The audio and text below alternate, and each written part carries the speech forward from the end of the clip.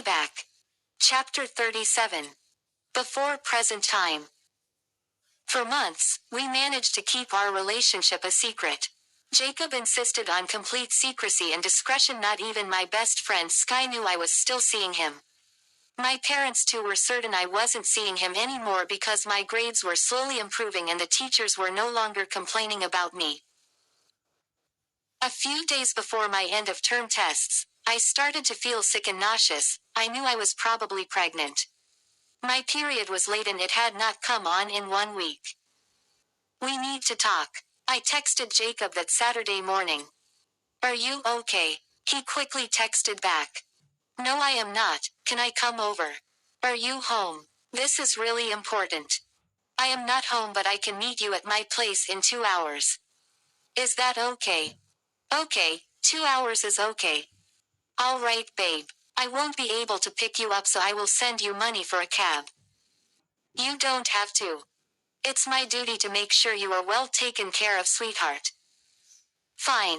I will see you later. I love you. I love you too. I quickly hid my phone in my bag and took a shower before I got dressed and joined my mother in the living room. Good morning, child. Hey Ma, how are you? I am fine, slept well. Yes. That dress looks a little too tight on you. You are gaining weight and blossoming into a beautiful young lady, she said. My heart raced against my chest. What if she knew I was pregnant? Mama Hyde would kill me. Are you okay? You look like you have seen a ghost.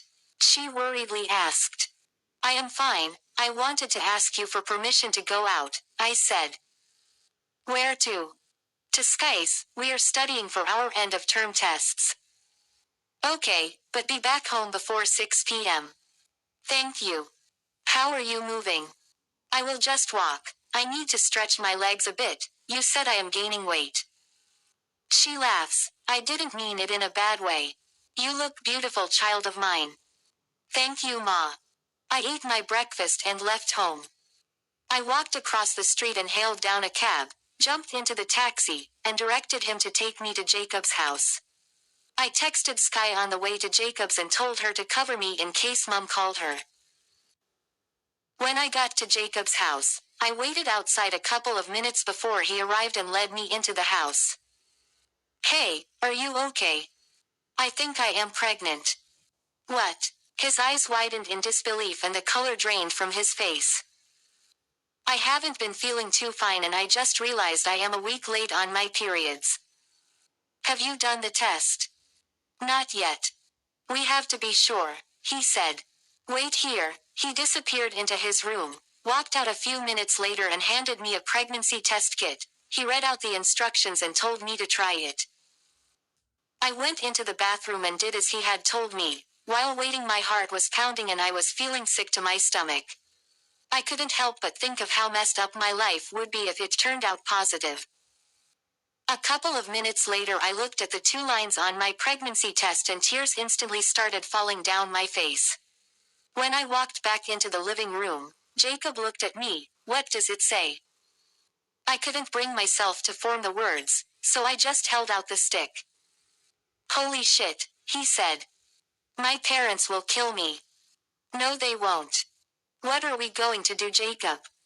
I will figure it out. I promise I will. Don't panic. Wipe those tears away. He pulled me to him and wrapped his arms around me. I spent the entire morning with Jacob before he drove me over to Sky's place. I will call you tomorrow once I talk to my children about this. I am serious about marrying you. I will meet your parents as soon as possible. Okay, I leaned in and kissed him before stepping out of the car. That was the last time I ever set my eyes on Jacob.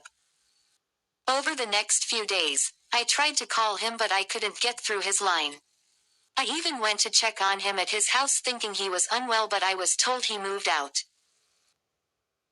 Frustrated, I told Sky about what had happened. She was angry at first that I had hidden everything from her, but she eventually came around and suggested I get rid of the pregnancy before my parents found out.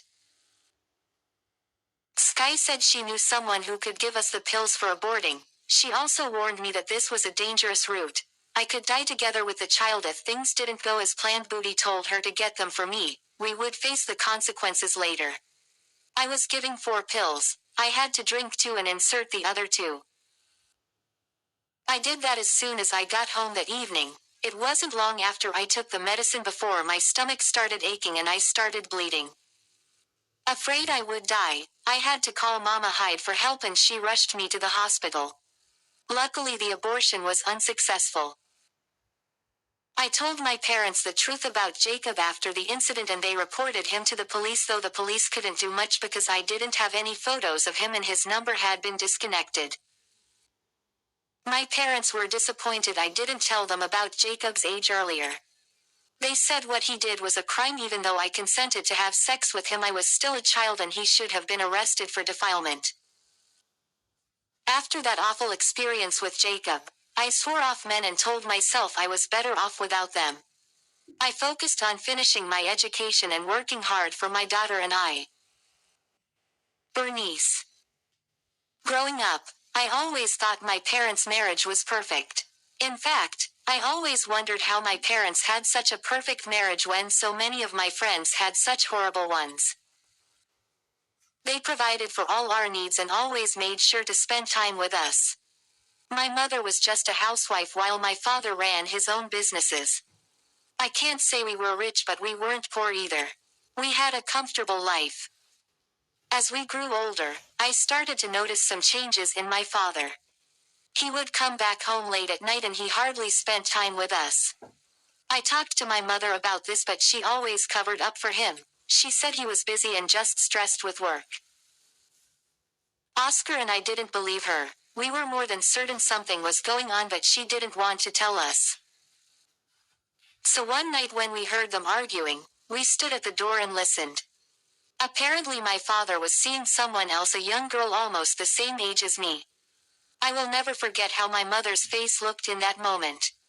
It's painful enough to know your husband is cheating, but with a girl young enough to be your daughter, that was more than she could take. After that night things were never the same in our house. My father moved out a couple of months later. We had no idea where he went. He left us with nothing. My mother had to find a job as a maid to take care of us. Life was tough. My mother was miserable. She blamed the young girl who had enticed my father into an affair. Oscar and I blamed her too. Our only consolation then was that he had not married her. From what we managed to find out, he had left her pregnant and alone. If it were up to Oscar and I, we would have gotten back at Autumn right away, but Mom had other plans in mind, and for years, she groomed us perfectly, my brother especially. Everything that Autumn is going through, she deserves its justice. Asterisk. Ella B.